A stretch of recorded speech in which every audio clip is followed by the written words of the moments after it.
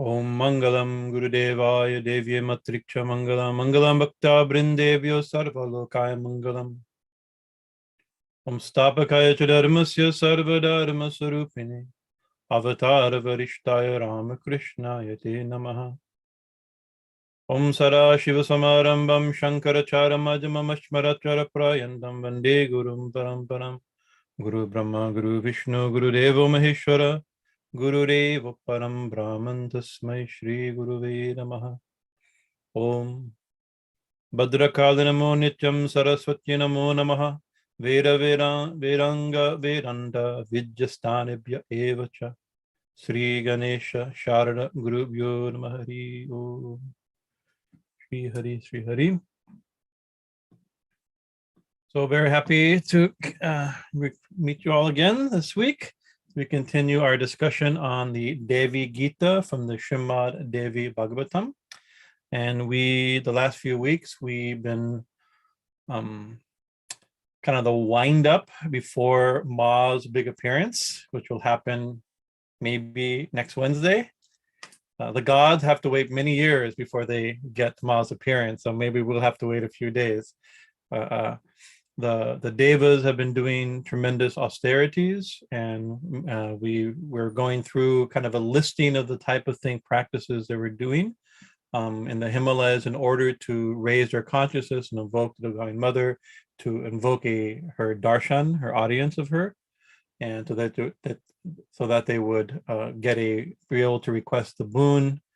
We've discussed so much that she'd be born. Eventually, the boon will be that she'll take birth again as Parvati and marry Shiva and have Kartikeya as a son, and thus relieve the gods of their anxiety and suffering. So let's look at last week's verses. Let's see here.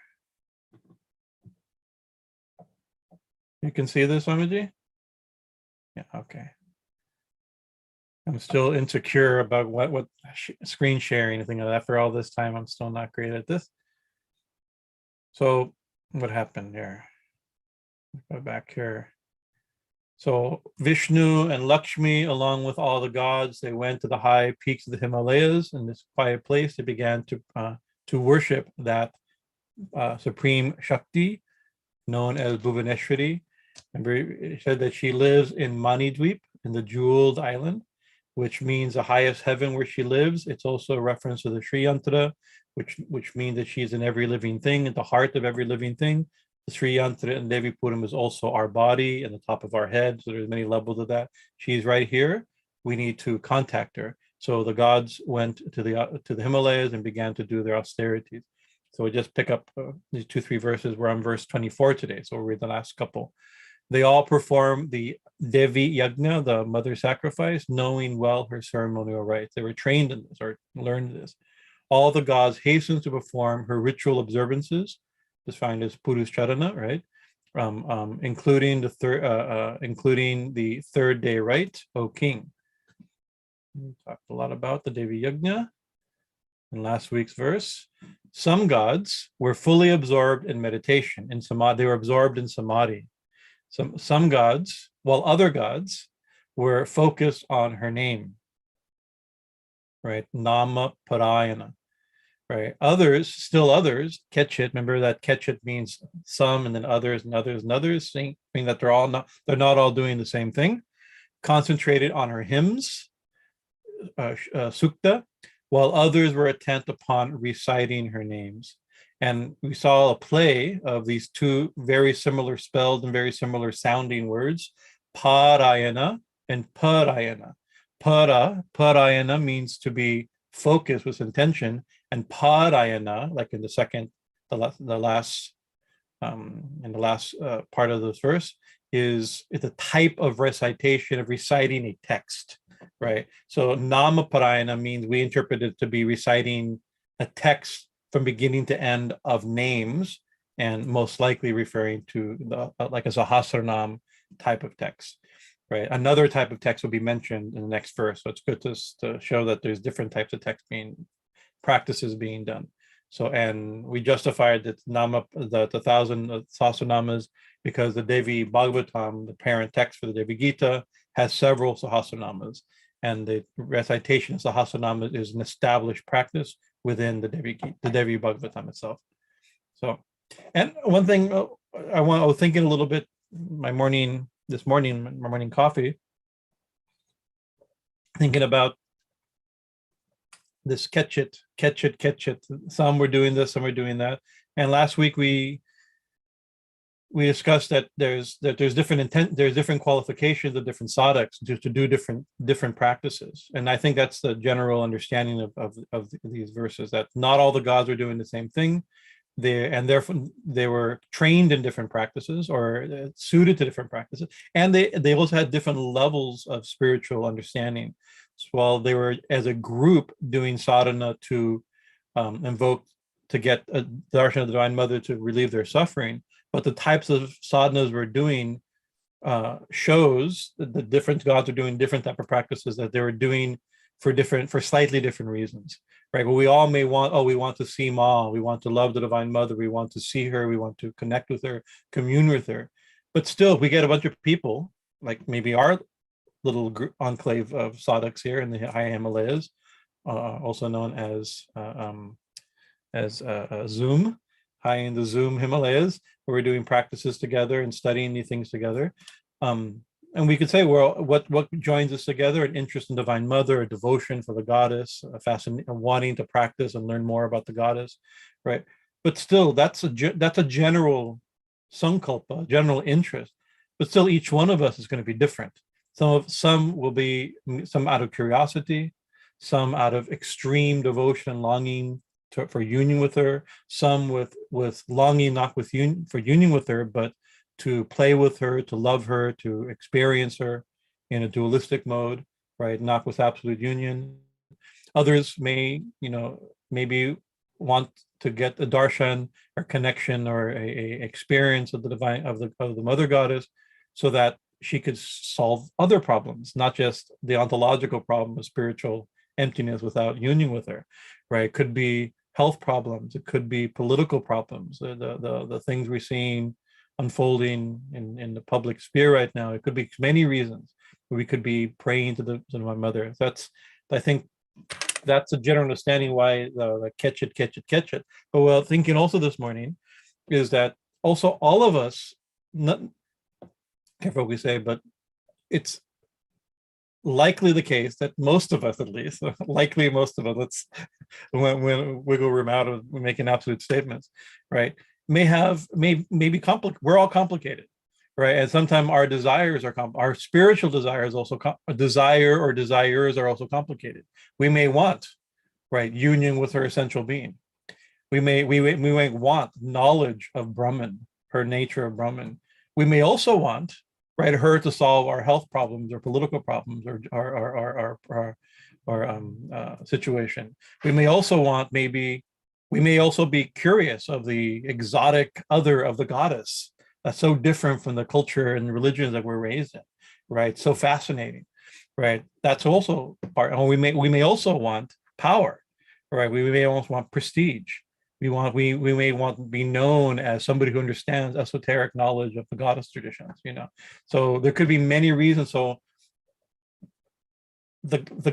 this god and the other god and another god and yet another god doing different practices shows a variety of inclinations and qualifications and interests and motivations in spiritual life for many people. But it could also be, we also have to interpret this, all the gods in the Himalayas are together. All the gods could also be, or are also, the different aspects of ourselves. The gods and demons are not only external beings, right, or multiple beings. It could also be aspects of ourselves. The different gods are different aspects of doing different practices, right, to satisfy different parts of our spiritual interests, right? And we have to also acknowledge that we're complicated people, we're complicated beings, and our spirit, the motivations for our spiritual search practice are multiple and also complicated, and therefore the sadhanas we do are also going to be different, right? We may engage in various practices to satisfy different aspects of our needs and our personality.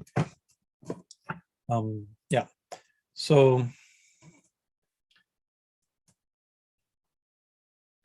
also the idea of various, I'll get out of this just for a second, just don't get myself distracted too much. If we interpret the various gods to be aspects of one person, of our person, right? Not just a group of people practicing together, a group of gods, but of one person practicing together with all the aspects practicing together, right? That means that we may be doing different practices, not identical practices. We may, so let's take it that way. Sometimes we're in samadhi or in deep meditation. Other times we're focusing with attention on her names. At other times we may be reciting texts. At other times we may, and the other practices we'll be mentioning, right? And and that can sometimes lead to some confusion. Sometimes, I mean, very often I found people revealed their minds to me that this reveals that sometimes an inclination to practice various practices, right, can sometimes lead people to confusion, feeling disloyal to a practice or to a teacher, or thinking, we hear that Sri Ramakrishna tells a very famous story or metaphor Sri Ramakrishna tells is like digging for water. You dig a well, right? To dig for water, you go, there has to, in order to dig for water and get water, you have to dig a place where there's water.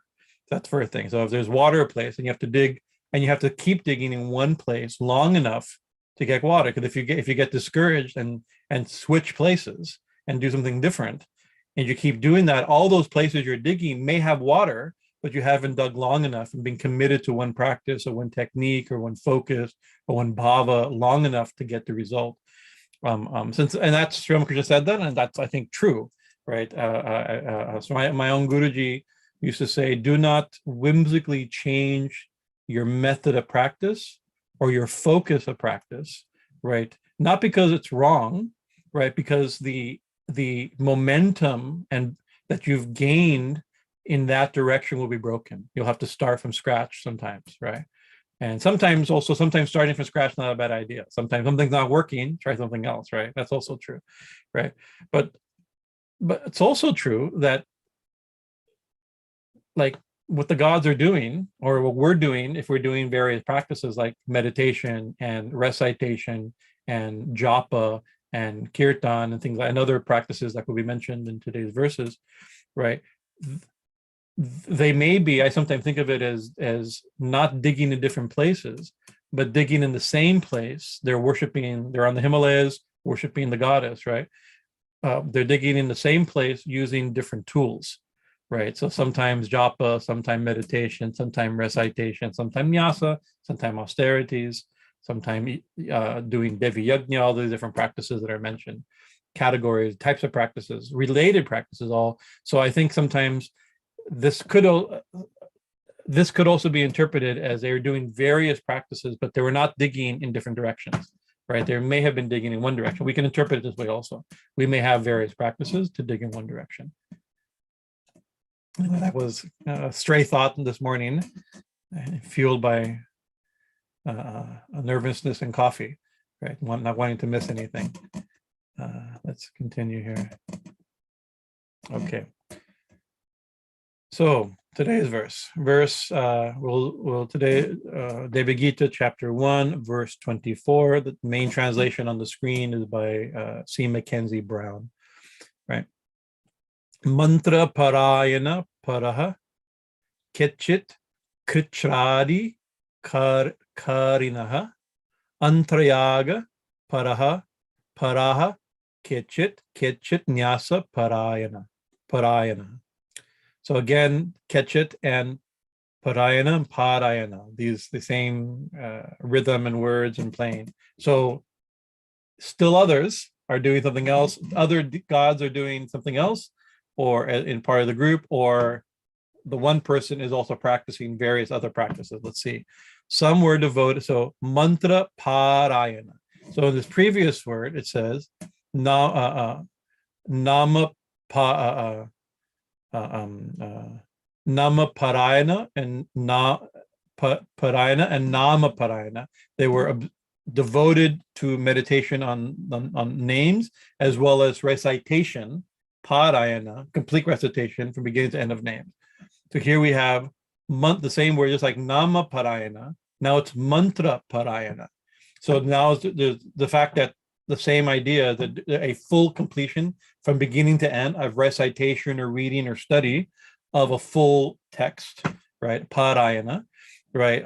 But now it's mantra-pārāyaṇa rather than nama-pārāyaṇa. That means it's a different practice, right? So we have to ferret out the next practice, what it could mean.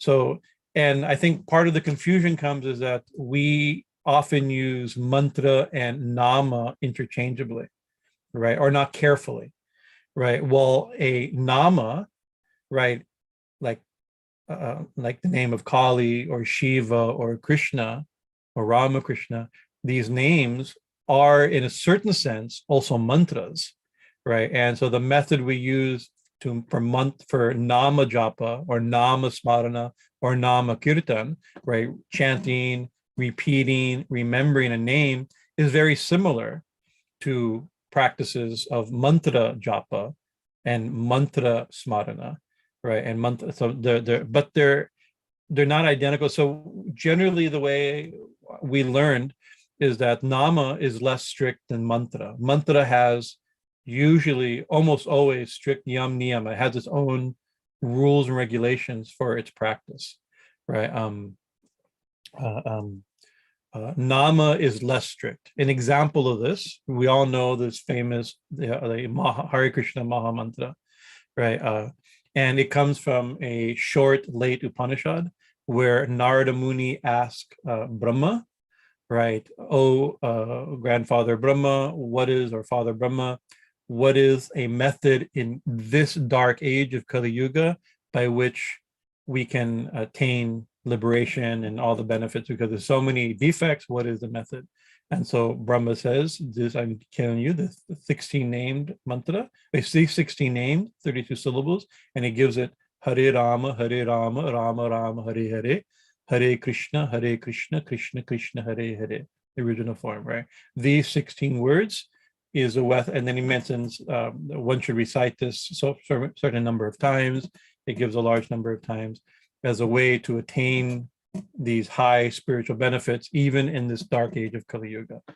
And then the next question, when you get initiation into a mantra or get some revelation into a mantra, what are the rules? What are the restrictions? Do I need to stand up straight? Do I need to dress a certain way? Do I need to use certain fingers? Do I need to bow a certain amount of time? Do I need to do puja? Do I need to do hundreds of thousands of mantras? Do I need to repeat it hundreds of thousands of times in order to awaken the mantra? Do I need to be initiated into it? There's these different rules. And then he famously says, there are no rules and regulations, right? You can just chant, right? This mantra, this name, because it's not a mantra. We call it the Maha Mantra, but it's not, it's only names.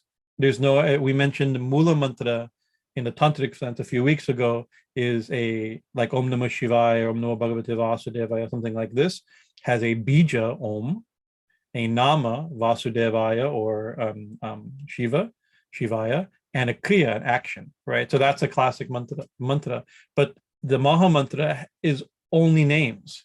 There's no bija, there's no bij sound, and there's no kriya, right? And actually, it's even more sweet. It's actually in the it's in the form of O Krishna, O Rama, O Hari, right? It's a calling out. It's not even just meant in the name. It's like calling to your friend or calling to your parents, right? And therefore the rules are different, right? That said, we can benefit by the principles of, because we do very often the Maha Mantra as japa, as an example, right? We do nama japa. We do japa, the repetition of these group of names of Maha Mantra or any other name, right?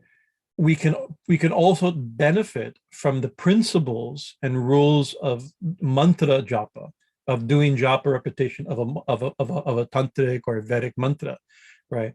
In which will have rules. So for instance, you can use like, no, the scripture, Brahma said there's no rules and regulations, so I don't have to be clean, I don't have to wash my mouth, I don't have to sit up straight, I don't have to pay attention, I don't have to face the deity, it doesn't matter which direction I sit, I don't have to sit in Padmasana. It's true, he says, you don't have to do it like that. But we benefit by doing those things, by practicing, by using the science of mantra japa and mantra-pārāyaṇa, right? Even when practicing nama japa and nama parayana, we get the full benefits because it has it has the simple devotional quality of calling out to God and God being present in his name or her name, right? But it also has these names also have, we believe, a vibrational power, the sonic power inherent in their pronunciation, right? That when, but without the rules, but when engaged in those same principles, those same standards, we benefit from them. We can speedily benefit from the practices, right? Not using the excuse that there's no rules to develop bad habits in meditation and things like that. But that said, there are less rules with nama japa and nama parayana, right? Here, mantra parayana, what is that? So here, why is it a mantra in compared or as different from nama? So it's not sahasranamas, right? This would be probably most likely. Mantra also refers to Vedic verses. So this could be the recitation of Vedic texts from beginning to end, hymns, right? It could also be, we sometimes describe the slokas of certain tantric and Puranic texts as also mantras, like for instance, the Chandi or the Devi Mahatmyam, right? This could refer to like recitation of texts or hymns in her praise or to focus on her and to invoke her, right?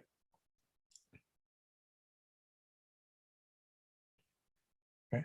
So most likely the commentators believe that this refers to Vedic recitation, the recitation of Vedic mantras, but we can expand that to the same principle of tantric recitation. And in the next verse, you will see even another category of meditation on bij mantras, right? Will be introduced, right? That are neither namas, nor are they Vedic, right? In the classical sense, that they're tantric, right? So this could be also reference to the recitation of tantric texts and tantric hymns and the tantras themselves, right? So mantra-pārāyaṇa-parāḥ, they were focused on reciting texts or verses of hymns, probably like the Devi Mahatmyam, like Vedic hymns, etc. Right. And then kecit, while others, what were they doing? Kṛcchrādi-kāriṇaḥ. Kṛcchrā, I can't pronounce it. Kṛcchrā, right, means painful. So they're doing things that are painful. And adi means etc., right?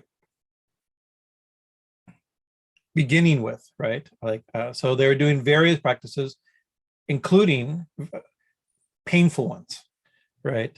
Kāriṇaḥ means performing, right? So they were performing austerities, right? Painful austerities, etc. So that's a whole category of practices, right?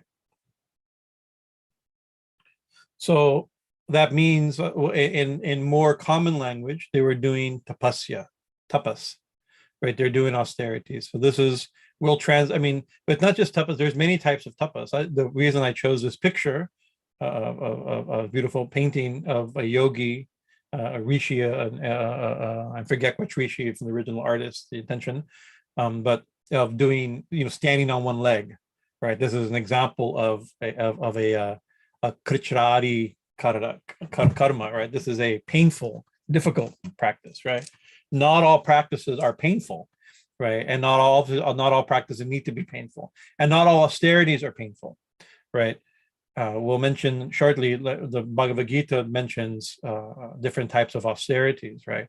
Not all of which require physical suffering. Actually critiques those that involve bodily mortification, right? The Gita does not appreciate such practices.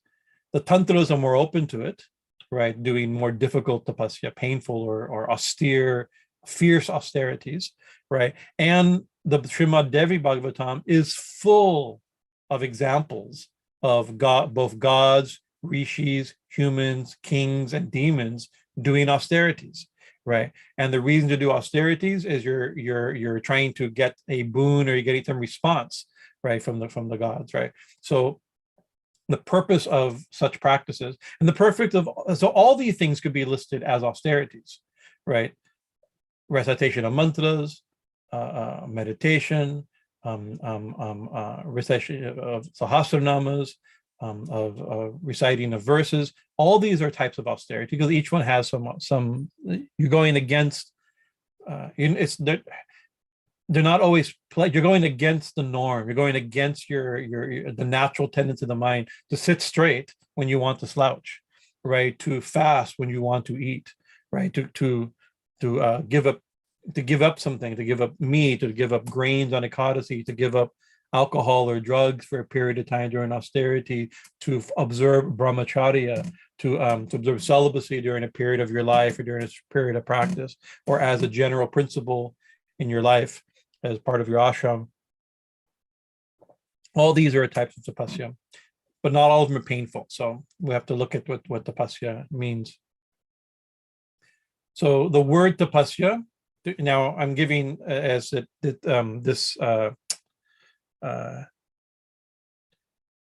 kṛcchrā type of this painful tapasya is an extreme type, right?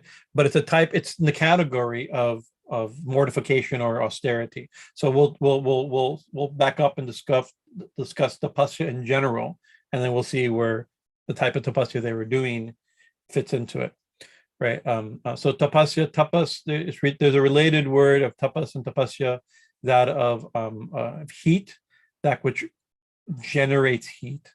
So you burn with tapas. It's like a flame, it's a fire. Next week, I think, or the following week, there'll be some beautiful verses in this text itself that connects from the hinting at the Devi Shuktam and Durga Shuktam, and these verses about the Devi as this fire of shining. She shines, the goddess herself shines with a fire of austerity, of tapas, right? Shining with austerity. So that idea of generating heat, and you can see, like when you control something, when something's under pressure, when you control something, it heats up, or when it creates friction, pressure or friction. These are two ways to think of it, of something heating up. And that fire, very often you'll see some paintings of like Hiranyakashipu, right, doing fierce austerity, standing on one leg or standing on his tippy toes, fasting, his hands up in the air for tens of thousands of years, to a point where eventually his fire of austerity became so strong, his tapas shakti, right? He generated so much heat that it was burning Indraloka. Indra, the gods, were feeling the heat from this demonic king doing these austerities, right? And so much so they thought he's going to become so powerful. That heat is translated as shakti, translated as power, right? And therefore, somebody who has tapasya, a tapasvi, who controls and gathers tapasya power, shakti, becomes powerful, right? And we see this in popular sadhu, yogi, Hindu culture. When you go to a sadhu, especially somebody you believe that has done tapasya, and you go, Babaji, Mataji, please give me your blessings, right? Or even something more specific, we're trying to have a child, right? And my wife cannot get pregnant, please help me. And then they'll give some blessing, or maybe a lot of it's performative, a lot of it's faith-based, right? But the idea, what they're performing, right, realistically or impersonating, or what we believe and faith is happening, is that the yogi, the Mataji or the Babaji, has, by the dint of their austerity, has power, right? And they maybe have attained some siddhi where they can grant such blessings, right? But even if they don't have siddhi, just having garnered power by their austerity, their words have power, and they have the power to bless, and people are also fearful they have the power to curse, right? Their words have power, their intentions have power. There's many stories, even Janmanjaya's the frame story of this is when King Parikshit offended a sage, and his son took water, and by what's his austerity, right? He was a ascetic son doing tapasya in the forest, learning the Vedas, chanting mantras, and living an austere lifestyle. That itself generated tapasya, this tapas power and gaining power.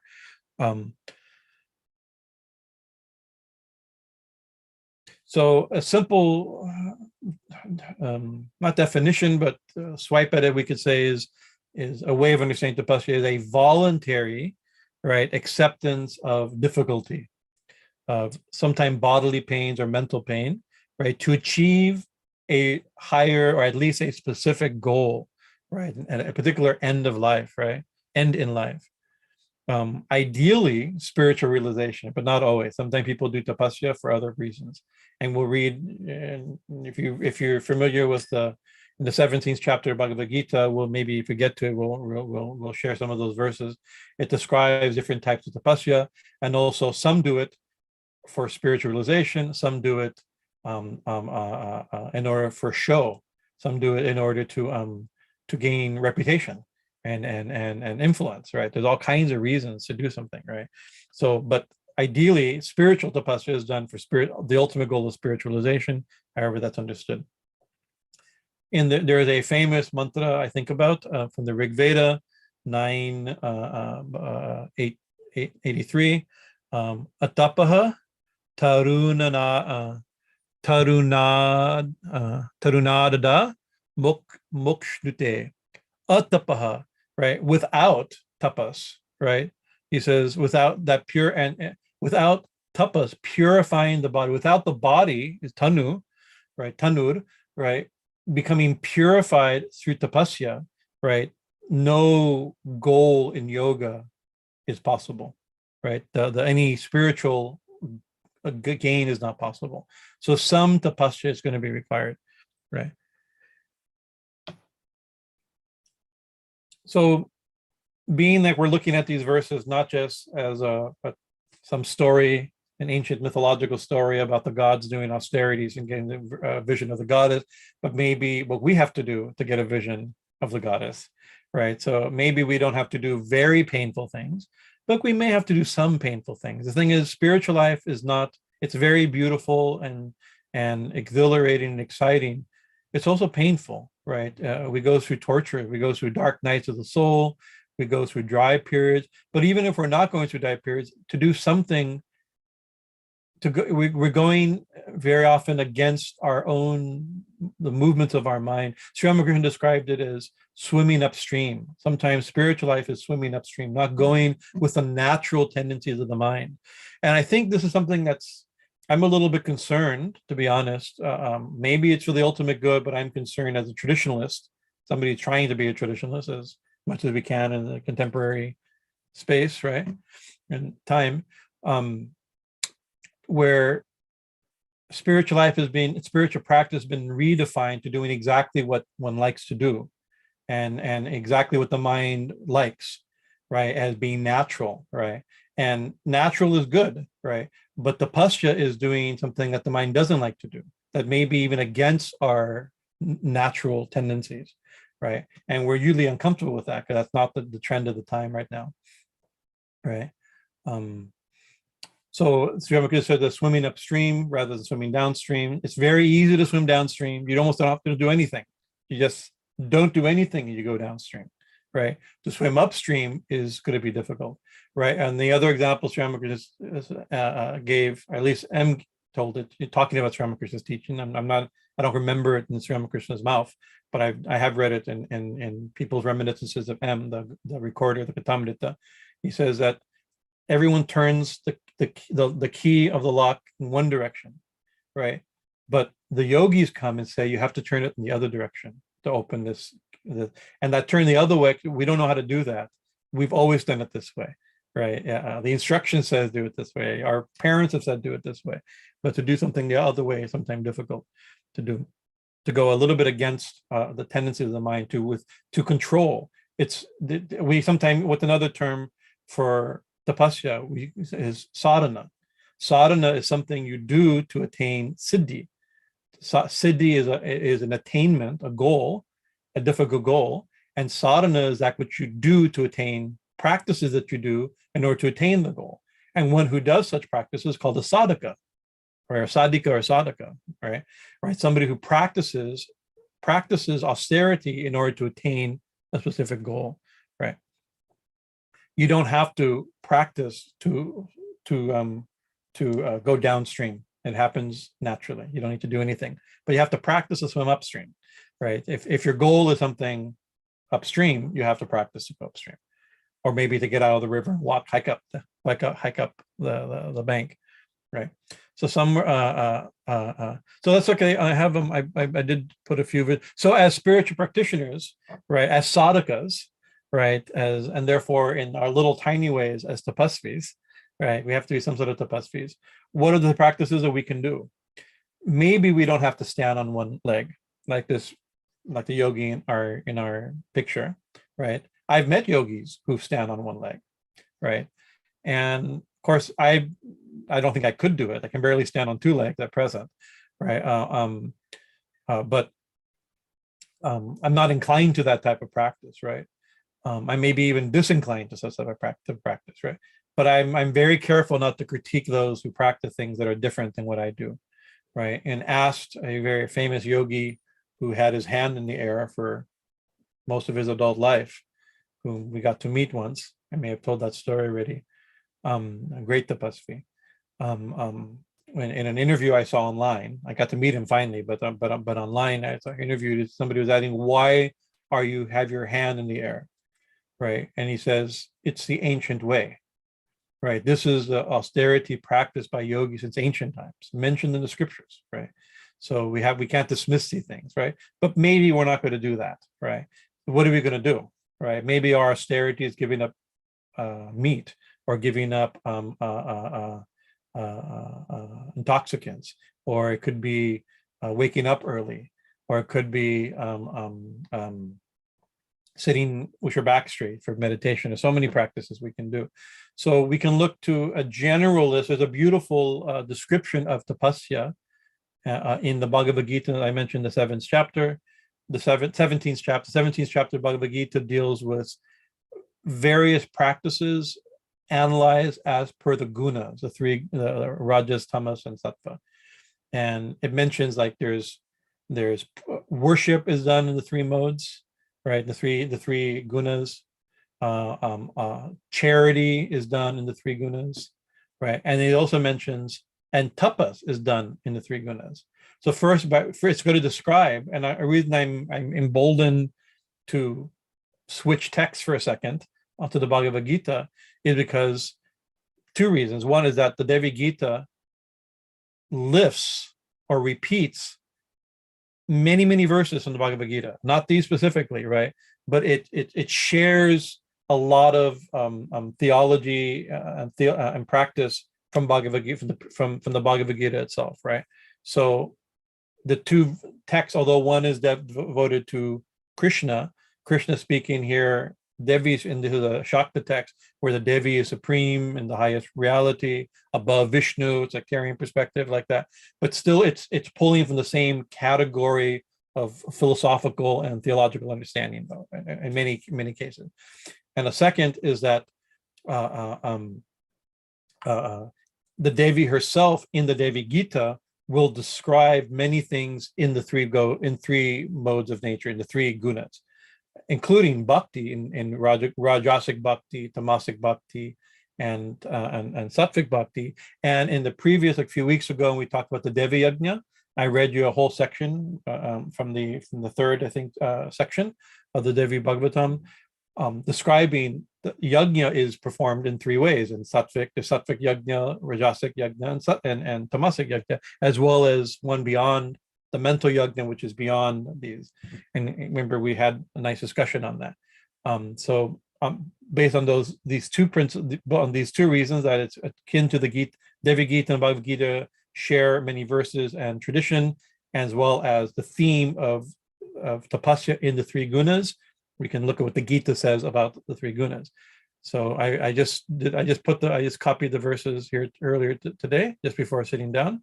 So I wasn't super careful. There may be some spelling. I just typed them up really quickly. So this is chapter 17. This is starting from verse 14 through 19, something like that. You can look it up in your own text, right? First, it mentions that there's three types of the previous verse, I believe, mentioned, I think maybe verse 13, which I didn't include here, that tapas, austerities, are said to be threefold first, right? There's austerities of speech, austerities of the mind, and austerities of the body, mind, and speech. We always say you have to control body, mind, and speech, right? Or truthful in body, mind, and speech, or pure in body, mind, and speech, right? There are three categories of experience and manifestation. So it's going to define the first verse about the austerities of the body, then of speech, and then of mind. So it's going to define examples of the types of austerities as per Krishna's instruction in Bhagavad Gita. And then the next three verses will describe the motivation and practice of austerities as per the gunas, sattvic, rajasic, tamasic. When worship of God, so what is austerities? This is going to be austerity of the body, right? So it's interesting, sometimes these aren't in what you'd expect. Here, austerity of the body is not putting your hands up, right? Or standing on 2 feet, right? So given a little bit, it's basically worship, it's puja. External or ritual worship and deference and bowing and serving, that is austerity of the body, right? This is pujanam, worship of who? Or what? What is qualifies as a type of austerities of the body? The worship of Deva. Deva means God or the gods, or in our text we could say the goddess, right? Dvija means the twice born. It's a code word for Brahminical persons, right? But actually means those who've been initiated and been reborn, right? So Dvija is a spiritualist, or both a sadhak who's been reborn, or a spiritualist, or who through the traditional rites have been educations, who have gone through a second birth and studied the Vedas and recitation. So the sages, the pundits, the brahmanas, the priests, those who of high spiritual knowledge, is Dvija. And guru means our spiritual teacher, right? So we should worship, right, God or the gods, the Dvijas, the twice born, the guru, and prajna. Prajna means the wise. Many commentators mention that the wise mean sages, means two things. The simple meaning is those who are wise, those who have prajna, is those who have prajna, and those that means they have those who have spiritual knowledge or illumination.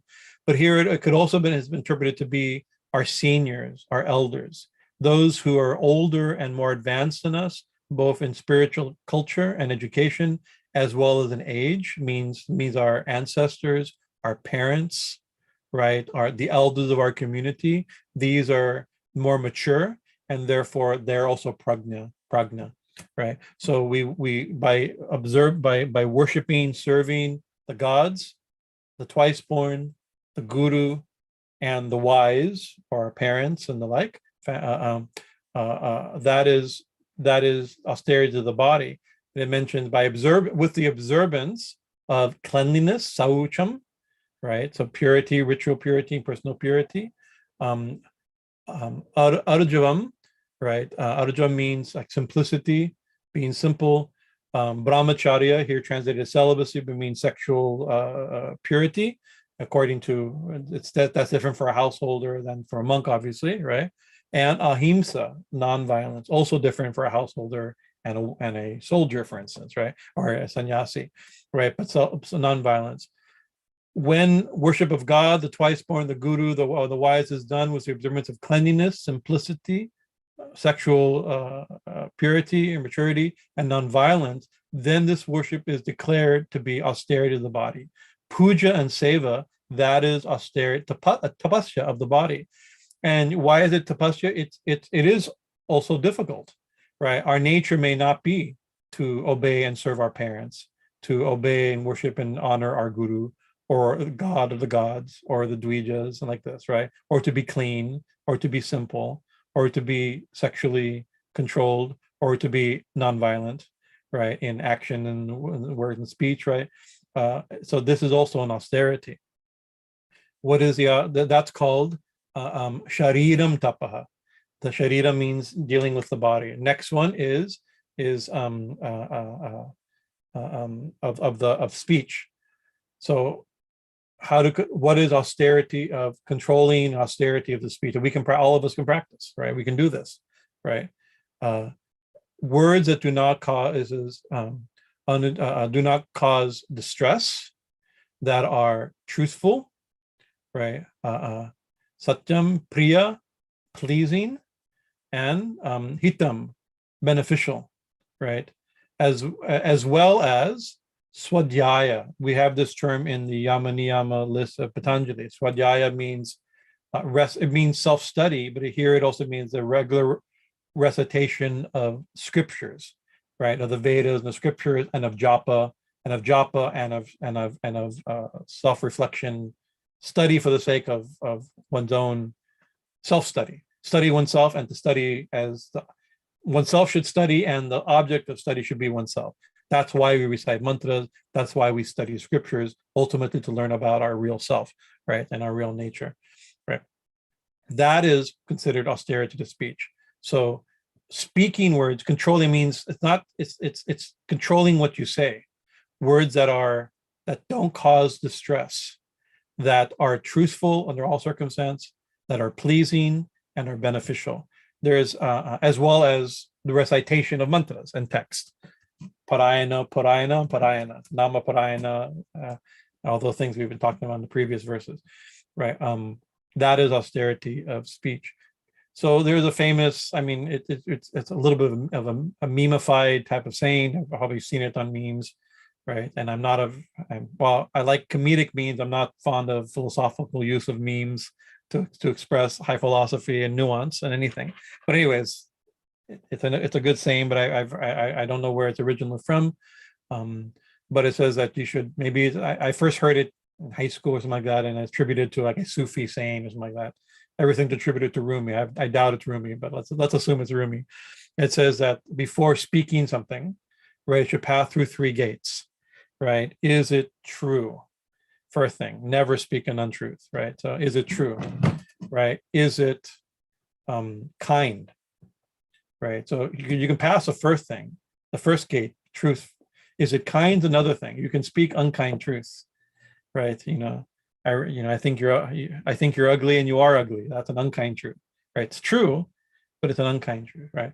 And then is it necessary, right? Most things we say may, even if they're true, and even if they may not be true, they may not be kind, they're very often not necessary, right? So this is a way of testing what comes out of the mouth. There's a verse, I don't have it, I didn't write it down, but it came in my mind a few days ago. I don't really remember. I remember the verse, but not the source of it. But it says that you can speak a kind truth, right?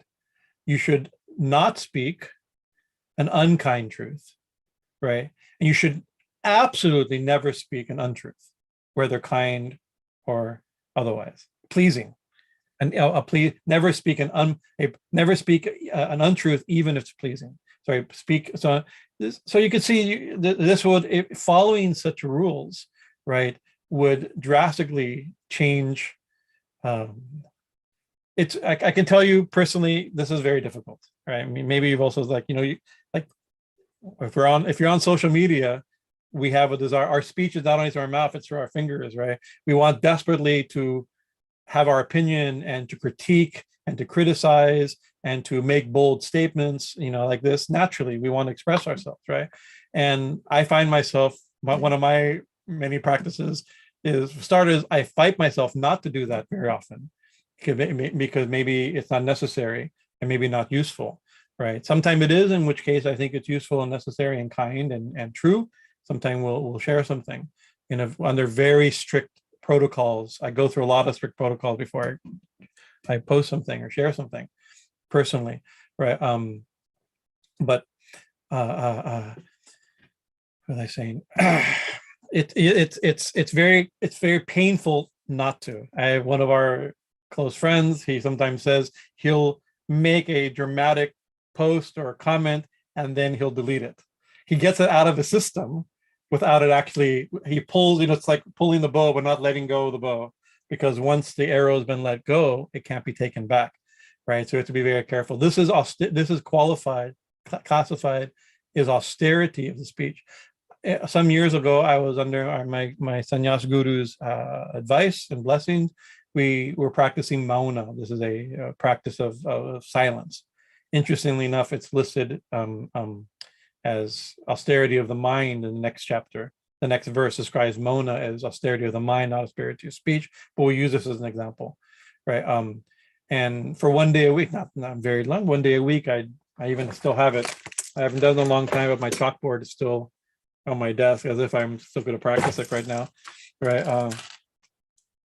I would not speak for at least one day a week, and if it's necessary, and of course, it always seems necessary to communicate, we'd write something down, a few words down to communicate.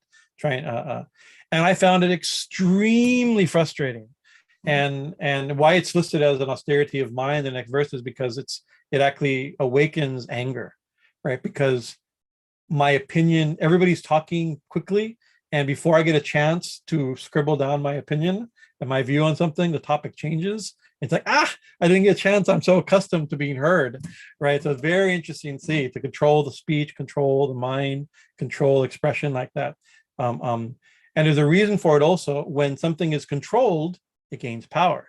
When you control something, your words get power, right? By purity of speech, and even the Patanjali mentioned, by speaking only the truth, everything you say becomes true, right? That the power, the siddhi of speaking only truth is what you speak becomes true, right? There's each one of these things has a result, right? So anyways, words do not cause distress, that are truthful, pleasing, beneficial, as well as regular recitation of the scriptures. These are declared as austerity of speech. And then what about austerity of the mind? Serenity of thought, right? Gentleness, right? Mauna, silence. Here it also means like seriousness, almost like a stoic type of quiet, a seriousness, self-control, right? And purity of purpose, right? These are declared to be austerity of the mind, right? To do all three of these categories of austerity, body, mind, and speech, none of them are easy. They're not violent. They're not necessarily, but not easy, right? And they require a lot of subtle work on self-work, right? And this is what Krishna describes. If you want to know how to do austerity, the gods were doing difficult, painful austerities. Maybe our austerities are not as difficult, but they're not as painful. This is a good list to follow. And just for the completed idea, I'll mention the three gunas. When the devout person with ardent faith practices threefold austerity of body, mind, and speech, a devout person with shraddha, right? A person with ardent faith, right, practices these three austerities without yearning for apala, right, without yearning for material results, without trying to get a result, right? They are designated as sattvic, as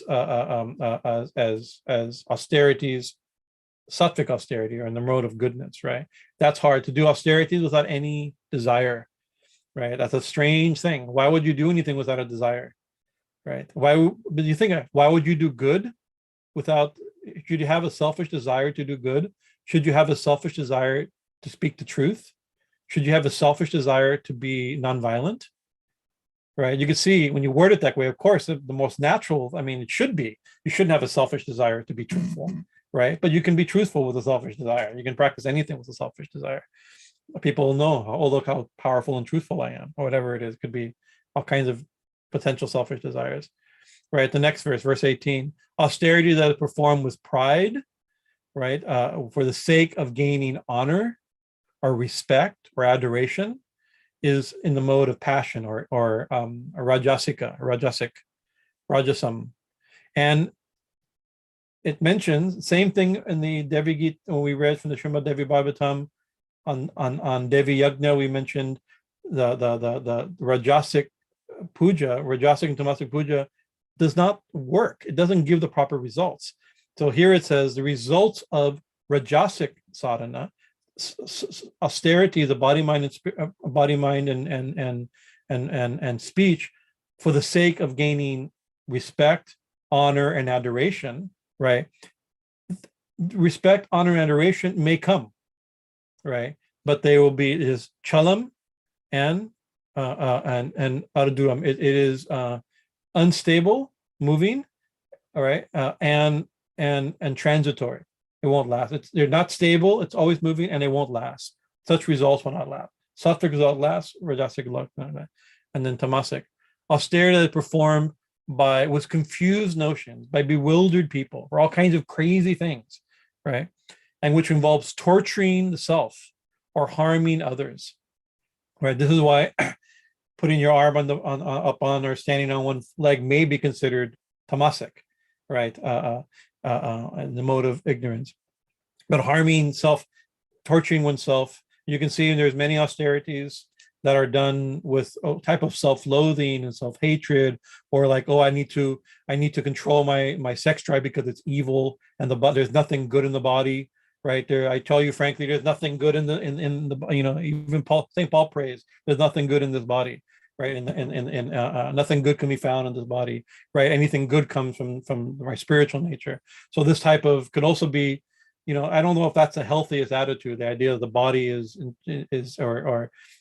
this torture of the body for the wrong reasons, perhaps, right? Or what to speak of harming others, right? Certain pujas or other people. The purpose of it is to harm others, or actually harming others, like through animal sacrifice or something like that, could be listed in this in the mode of ignorance in tamaguna.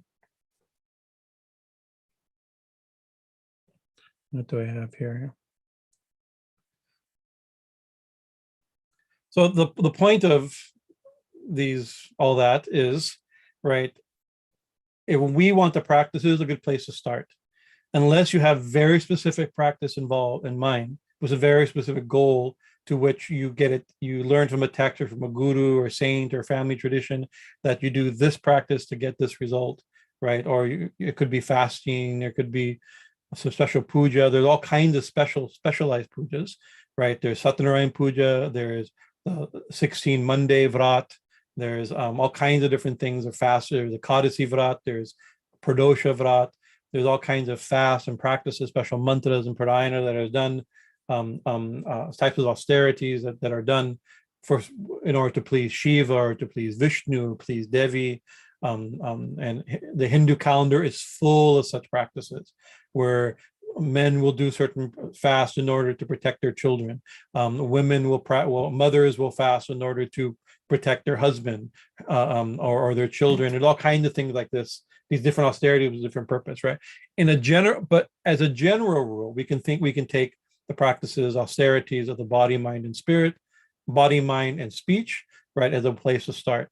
But they're practicing painful austerities, right? So it's going to, and so sometimes I think they get a result. We're out of time now. We won't read the result, right? In a couple next week, hopefully. I thought I would do it this week. We'll see the result of their austerity. They practice under great difficulty. They leave their home, they go into the forest, they go into the Himalayas, and they engage in difficult practices, even painful practices, right? Perhaps, right? Because their goal is great and they're desperate, right? If you have the highest possible goal and you're desperate to attain it, there could be almost nothing too great to do, nothing too difficult, right? No obstacle too great to overcome, internal or external, right? And it's almost, I believe this text shows, and this is also true, our spiritual heroes are those who, they're heroes. The great examples in spiritual life, the people whose stories we read about, the people whose pictures we have on our walls and we pray to and we try to emulate, are those who did so much to attain what they've attained, or to purify themselves and thus attain the grace of the Divine Mother. And like this, careful how we use the language, because grace is offered to everyone, of course, right? Even that example of the thing of giving grace. Sometimes there's a tension. Maybe we'll talk about start next week on this, a tension between self-effort and spiritual practice and grace, right? Sri Ramakrishna gave a beautiful image of that the wind of God's grace is always blowing, but we have to put up the sail, right? The wind, God's grace is there, but still putting up the sail could be considered tapasya and could be considered sadhana, meditation, recitation of names, recitation of text, and other forms of some difficult things. But the response of that, so in the Sri Ramakrishna Katamrita, Sri Ramakrishna Katamrita, translated as the Gospel of Sri Ramakrishna, when M first sees, I'm remembering this, when M first sees Sri Ramakrishna Samadhi, he sees him a little bit in some ecstatic states, the first meeting, but the second meeting, I believe, second or third meeting, he sees him in full Samadhi, like what you'd imagine to be when you think of Sri Ramakrishna's Samadhi experiences. And and M's musing, which I don't think is in the Gospel, I don't think it was included, Swami Bhajanananda has included in his translation, right? M muses, how is this possible? How much austerities, how much renunciation, how much purity of how much longing need a human do to experience this experience, to experience samadhi like he's seen. He didn't take it cheaply. Like the state that Sri Ramakrishna attained, he knew what led to this. And if you know Sri Ramakrishna's life, we can't even imagine. We only know some brush strokes of Sri Ramakrishna's austerities and sadhanas and agonies and ecstasies and struggles and in order to attain. So to a point where samadhi became habitual and that the goddess was always with him, right? He could talk to her and speak with her and see her daily, right? That, but it was not easy to get to that point. He did a lot of practice, a lot of painful practice, at least difficult practice, right? He went through austerity, right? His own sadhana, his period of sadhana. And usually we think of periods of sadhana in 12-year cycles, right? And you can see even Sri Ramakrishna, I think there's a 12-year period of intensive practice, I believe, something close to that. That has to do with another word for the word tapas. So we're talking about tapas is 12 years is considered a tapa. And that has to do, we take vows in 12, very often sadhus will take vows of 12-year periods, and you'll see a lot of spiritual practice. Spiritual austerities will often last 12 years, even if you're consciously doing, not consciously doing. And that has to do, if we accept a Vedic astrological understanding, with the cycle of Jupiter, which represents Guru. Jupiter moves across somebody's chart in a 12-year period. So there's a 12-year, the Kumbh Mela, every 12 years of the Kumbh Mela gathering of sadhus. We're following the Jupiter's movement every 12 years, Jupiter in the position where the Kumbh Mela starts again, like that. So we'll let's see, we'll read. We only got half a verse. Also, I did even worse than I thought. We did half a verse. Okay. Some were devoted to chanting mantras or practicing severe austerities. I'll read the second half and we'll pick up the next half next week. Some were absorbed in mental sacrifice, antaryāga, right? And others in nyāsa-parāyaṇa. They're absorbed in performing nyāsa, which is placing mantras and sounds and deities in the body, in the subtle aspects of the body. Reem, im, come, num, chum. There's these things we'll talk about now. I was ready to talk about, I love nyasa because at least nyasa is something I know a little bit about because we at least do it. I can't say we know anything about it, but we at least practice it as part of our puja and understand something about it. So we'll talk about that next week. So we'll end there. Some were devoted to chanting mantras or practicing severe austerities. Some were absorbed in mental sacrifice, and others implanting mystic powers in their bodies. Stop share. Jai Ma, Jai Ma. Thank you for the kind attention. Sri Guru Maharaj Ji ki Jai, Mahamayi ki Jai, Swami Maharaj Ji ki Jai, Bhuvaneshwari Devi ki Jai, Ma Dakshineshwari Bhavatārini. Dakshina Kali ki jai. Before we question, I'll have a little program note, right? This Sunday is Phala Harini Kali Puja, one of the 3 important Kali Pujas of the year. It's also the anniversary when Sri Ramakrishna worshipped his wife, Holy Mother Sharada Devi, as Sodashi, the 16-year-old form of Tripura Sundari, a very important moment for Kali worship, as well as in the Ramakrishna tradition. And at Kali Mandir, we celebrate that as our annual function, kind of our anniversary. This will be our 29th such function. And of course, due to COVID, we can't have the same gatherings as we did in the olden days. It's 200, 300, up to 600 people here. So we'll have a small, very small, intimate group, but we'll have, everything will be broadcasted, and we have a special program. We have our broadcast for Puja at 11. And then in the afternoon, 3:30, 4 o'clock, something like that, we'll have another online program. And there will be some pre-recorded kirtan and messages and songs that Rampriyadas River Hall has included a presentation. Haridandas Bao, Swami Chaitananda. We have a short little tour and message from Pranab at Dakshineshwar. So we have a nice, trying to bring, because Usha's dream, and since we're not just all gathering, if you want, we can gather online. And some people can't gather, our people in India, like we can still gather online, but because of time differences, some are sending in recordings of their sharing. And then we'll also have a live kirtan program here at Kali Mandir. So we'll also broadcast that. And so we'll probably, we're not exactly sure the logistics yet. We'll post on Facebook and all our various sites the appropriate links once we had it all worked out, because it's a little different than just a Facebook live feed, right? Because we have live and recorded and multiple sources. We're figuring that out. So on Friday, please join us and worship Ma. And Phala Harini is the goddess Kali who eats fruit. Sunday. Thank you, Swamiji.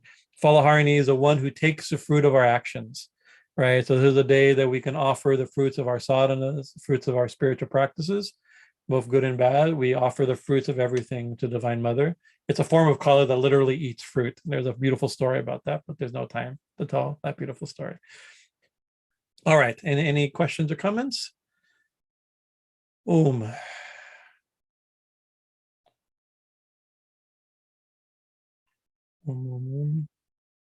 Elijah Ji, namaskar. So my question is, when you were reading the Bhagavad Gita, the question popped in my mind. So it's talking about how, one can do all these different, sadhanas and tapasya, both like in all those 3 different realms. Yeah. So how does one cultivate it so that one is doing those things in the sattvic and in the mode of goodness? Well, you asked a question because the main characteristic of the sattvic tapasya, that it's not done with the fruits, with the eye on the fruits of action. Of course, this is a major, we'd expect the Bhagavad Gita to say that. That's a major teaching of the Bhagavad Gita, to work without work without eye to the fruit. You have the right to work, but not to the fruits thereof. There's so many verses like that, right? And now this will dovetail very nice into our Phala Harini Kali, right? She takes the fruits of our actions, right? So when we're doing, the thing is that we do practices, of course, maybe the practices to purify the mind and heart, right? That is also considered, that we're looking for a fruit, we're looking for something, right? We want our minds and hearts to be purified, right? We want our body, mind, heart, and speech to be purified, right? So there's a fruit to that, but that's not considered a selfish fruit. Purity and devotion is not, even if it's, I want to be pure and I want to have devotion, is not, unless it's done like, oh, so everybody worships me and sees how great I am and how pure and how devoted I am. That's, of course, gets muddled, right? But even a desire for purity and desire for devotion is not considered selfish in traditional culture, right? Even though it's not even considered desire, right? When it's not listed amongst, when we say, oh, to be desireless or something, like give up your desires, it means selfish desire. This is not a selfish desire, right? But even that, we worship, like we're doing sadhanas, maybe to purify the mind and heart, but we say, Ma, Brahma, Paramastu, I mean, everything I do is for you. The result is yours. If you want to make me pure, great. If you don't, you're, great. Not as great, maybe even great, who knows? Right. So it's a matter of intention. If it's done for, if you want, and we have to watch ourselves. Are we doing this out of ego, for position, for influence? And Mahamaya is so tricky. She's very tricky, right? And the ego is so tricky, it can confuse us.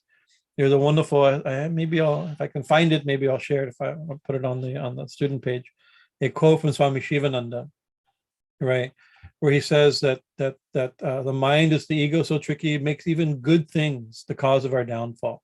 And it gives the example. Oh, I want to sing God's name, right? This is one that I have to struggle with, right? I have a little bit of music ability, right? And I can sing in tune, right? And so I want to learn kirtan, and so I learn kirtan. And then pretty soon you become known, oh, he's a kirtan singer, right? And pretty soon the ego is, oh, I'm a kirtan singer. And I hope I'm asked to sing kirtan. They'll be very impressed with the kirtan. I've been practicing one song, right? And they'll be very impressed by how beautifully I can do it and how rip-roaring I can get the kirtan, And pretty soon something that's so pure, there's nothing pure than chanting kirtan, right? But the ego can use even this beautiful thing, this liberating thing in a way that pollutes it. Right. And that's true of everything. Right. Even you do soulful service. That's wonderful, to serve others, right? To serve and relieve the suffering of others, and to serve others, to serve the poor, to serve the hungry, to serve the oppressed. All these things are all these things have to be done, right? Right. But Sri Ramakrishna would warn people, right? If you can do it without attachment, that's okay.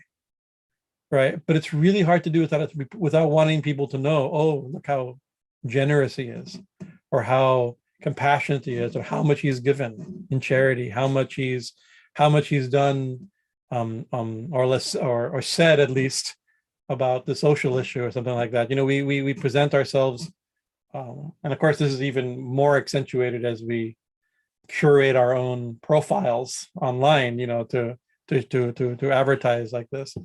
Right. And it can be something so, even good things it's better to do good than not do good. It's better to sing than not to sing, or better to chant than not to chant. But it's way better to do good without selfish motivation, and to watch. And the thing is, we do have selfish motivation. Unless we're illumined souls, we have selfish motivation. We have to know that, right? And so Sri Ramakrishna gave another thing. He says, if you cut down something into my eye, excuse me. You cut down a peepal tree, the darn thing grows up again, right? You cut it. Next day you find a sprout come up. You cut down the ego again, the ego comes up, right? So he says, if the translate probably accurately, if since we can't get rid of the ego until the final, maybe at the final gate, there's no ego can't go through it, can't go with us. Until then, until we're through the final gate. Since we're going to have the ego, let the jackass be a devotee. That's what Ramakrishna said, Shala, right? Be a devotee, right? So at least relatively, chanting with a little bit of ego is not as bad as like doing something horrible with a little bit of ego. The devotee ego still may be there, right? It's not easy to get rid of the devotee ego. Oh, I'm a devotee. Oh, I'm pure. I'm holy. I want people to think this of me also, right? So we should watch it. It may not go away easily. It won't go away to the end, right? There's a story, remembering of a holy man. I forget who told me the story. Maybe even the Ramakrishna story, or within the Ramakrishna tradition, right? Of a monk who sat under a tree, and some lady asked him, "Are you a real sadhu?" He says, and he always remained quiet. He never answered.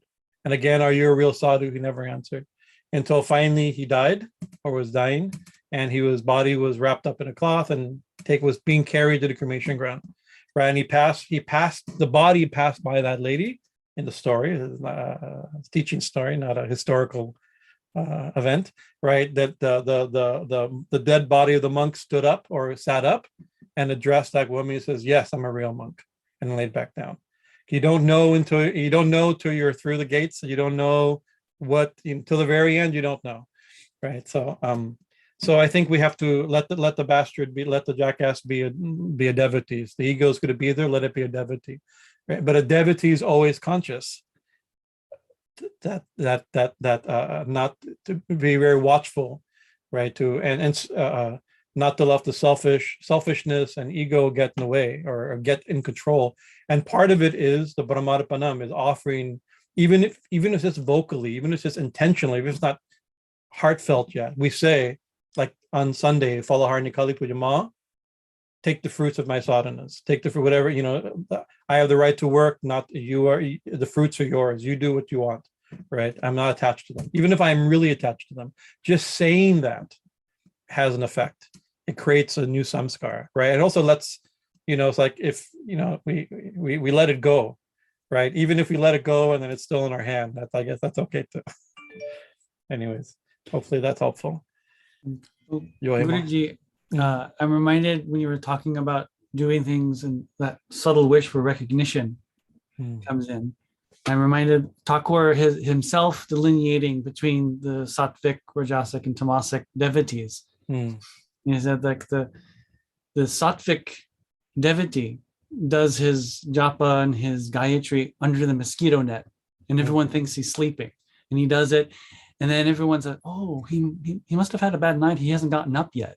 He must have not slept well, because no one has any idea that he's actually doing sadhana. I think he's oversleeping because he's so secret. Yeah, that's a sattvic bhakta. And then the rajasic bhakta, like us, right? He says that the puja room is marble floors, beautiful marble deities, right? All the puja paraphernalia is brightly shined, right? And the very nice tilak and silk red cloth for puja, and in between he has rajaksha, and in between there's an occasional gold bead or gold caps. It's like it's all spiritual, right? But it's showy, right? And then a tamasic bhakti is another thing altogether. But Thakur uses this threefold bhakti, threefold sadhana, threefold tapasya. Sri Ramakrishna definitely discussed that. When the Devi discusses that, which he will in the Devi Gita, when we get to those verses, we'll go back and read with Sri Ramakrishna almost identical statements and shedding light on what the Devi says in the Gita also. But the idea of the sattvic bhakta meditate under mosquito curtain was no show, right? But even that, right, can be like, oh, like everybody else is showing their bhakti, but I am secret about my bhakti, right? So maybe it's not for other people to know how holy you are, but sometimes it's for you to have a very good self-image, right? And of course we should have a good self-image, right? But you can see what I mean. It's tricky, right? That everything, the problem is that you cut it down, it comes back. That's what Thakur said. It's like a people tree. You cut it down, the next day you see it's grown. A green sprout has come. You cut a coconut tree to the ground, the next day a sprout. This is the nature of it. So we have to be ever watchful, right? And also not to take ourselves too seriously. I think it also helps is knowing that's a nature, that this is what the mind does, what the ego does, right? It's one of the manas and the ahamkara. They're not us, but they're just like our body's not us. The 5 elements and the senses, all that is in the Samkhya system of the evolutive nature, the 24 tattvas, or the 36 in Tantra, right? Ego and the mind are 2 of them. Buddhi, ahamkara, and manas are. So we have them. They're going to do what they do. That's all they can do, right? Not to take them too seriously. We shouldn't be attached to our body. We shouldn't be attached to our mind or to our ego. And that also means not only like, oh, look how great I am, but also be like, look how horrible I am. I'm such a horrible devotee. Look how I always want attention, or something like that. Even that is just the ego playing with, Anyways, we'll leave it. I think you get the point. I get the point, unfortunately, painfully and embarrassingly. Elijah. I just if I can share, I'm reminded of some verses from the Chandi actually. Or not verses specifically, but in the Chandi, you know, the Devi, she doesn't just slay the one who's like, oh, like I'm the big brother here and I'm like so full of power and like all this sort of thing. But my younger brother too, like Yeah. you take Yeah, one yeah, of yeah. either Oh, one of us, Shumba, take Nishamba, one of yeah. us. Yeah. And then it's like, okay, so there's the big one. You kill off the big guy too. He's like, I'm so powerful, Yeah, great thing. You could, Yeah, yeah. and then, but then the little brother too is like, oh, but then poor little brother. And it's like, Yeah. so you can mope and then have you go Yeah. in the moping, Yeah. or Yeah. you can mope and have you go in the pride. Yeah. And actually, the Shumba Nishumba traditionally is interpreted when given symbolic interpretation. Shumba is ego and or credible self-conceit, and Nishumba is self-loathing, right? And sometimes what happens in front of a big front is a big back, right? So the thing is that the biggest ego usually comes from a great hurt self. A big self comes from a hurt self very often, you know. So we have to, you know, to understand that that's part of the dynamic of how the ego works, right? It's true, and one's held up and caused by the other. So, and actually, we can take that. Not so much. I mean, we can do it. We can do a Jungian or Freudian take on that, right? That's not my specialty or my interest, but our inclination. But it's definitely can be done. You can give a strong psychological interpretation, right? But I take it a little bit more an ontological interpretation, is that the ego is caused by spiritual. The lack is not just a low sense of self-esteem, but that's could be true. Ego sometimes a monstrous ego can be caused by low self-esteem, probably, right? But it's caused by ontologically it's caused by spiritual lack, not just a low self-esteem, by lack of knowledge of spiritual reality, our real spiritual self. We create the lack of spiritual understanding or spiritual experience, or spiritual identity creates a caricature of an out of control and ego, perhaps can be interpreted this way. A great Shumba Nishumba is a great thing to add. Thank you. Om. Om, om, om.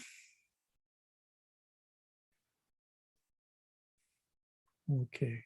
Anybody else? I'm not in the view where I can see anybody. How do you go? Om, om, om, om.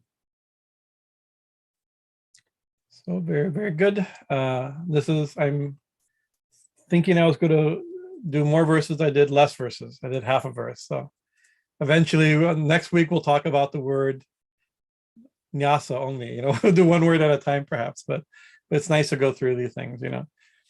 And also the purpose of scriptural studies, not just the studies of scripture, it's swadhyaya, self-study. So we can hopefully these discussions, the text itself and our discussions on the text will shed light on our own sadhana, right? And allow us to understand the dynamics of sadhana, right? And also to be able to have a better prepared and better understanding of the results of sadhana, which I think the text will also show. The next few verses, actually, the text will show results of the sadhana, and also that the results of sadhana are never ending, because it's not like Ma appears and then the text ends, just getting going. After we see Ma, after the fruits of austerity, we see Ma, then the text starts, then actual sadhana starts. So, Hari Om Tat Sat, thank you. Jai Ma, good night, everyone. All blessings. So, difficult week. Hari Om, Hari Om, Hari Om. Jai Ma. Hari Om, Hari Om, Hari Om, Hari Om.